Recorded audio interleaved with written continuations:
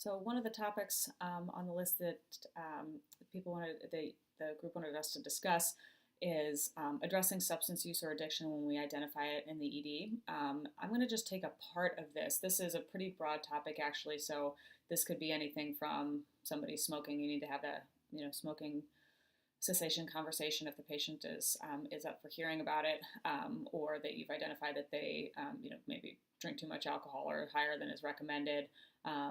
Somebody who came in after an opiate overdose, that you need to have the conversation about that with them. Although those people usually are fully aware that they have a problem, they're just not able to control it. The version of this that I find personally the most difficult, or that I found, I feel better about it now, but one that took me a really long time to figure out how to have the conversation, are patients who you are very concerned have pain that is specifically due to opiate withdrawal, that it's actually more withdrawal symptoms, that they have an addiction to opiates. And in these patients, I'm talking usually prescription opiates that somebody else has been giving them for a long time, and explaining to them why you don't feel that giving additional opiates in the ED is going to be, really helpful to them, or that, more than that it could actually be harmful, or could be contributing to the condition that they have. I find that that's the most difficult version of that conversation. So that's kind of what I'll talk about. So when your patients come in, and I've had a number of patients, and often these patients are really challenging because they usually have some other like organic pathology that started things. So they have Crohn's disease or sickle cell disease, or some other, or they had cancer for a long time that now is in remission, but now they have all this pain, or the chronic, herniated disc back pain patients, people who had truly painful pathology that initiated things, and then they've become, through no fault of their own, addicted to these medications. And so the way I'll lead into that is to say, I totally understand you're in a lot of pain today. I'm very sorry about that. I know it's super distressing to be in pain all the time, and that this is unfortunately something you've gotten really used to, dealing with, because you do have this serious condition that causes a lot of pain.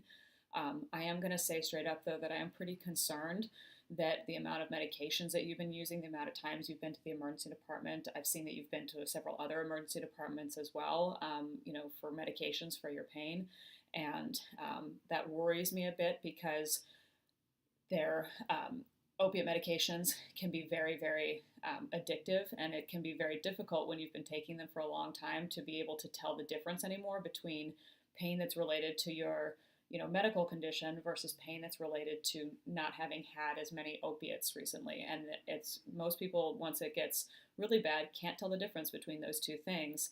And again, I'm not trying to minimize your pain, but I think that, through no fault of your own, you might have become dependent on these medications, and you might not be able to tell anymore when this is pain due to your medical condition, or when this is pain due to not having had enough opiates.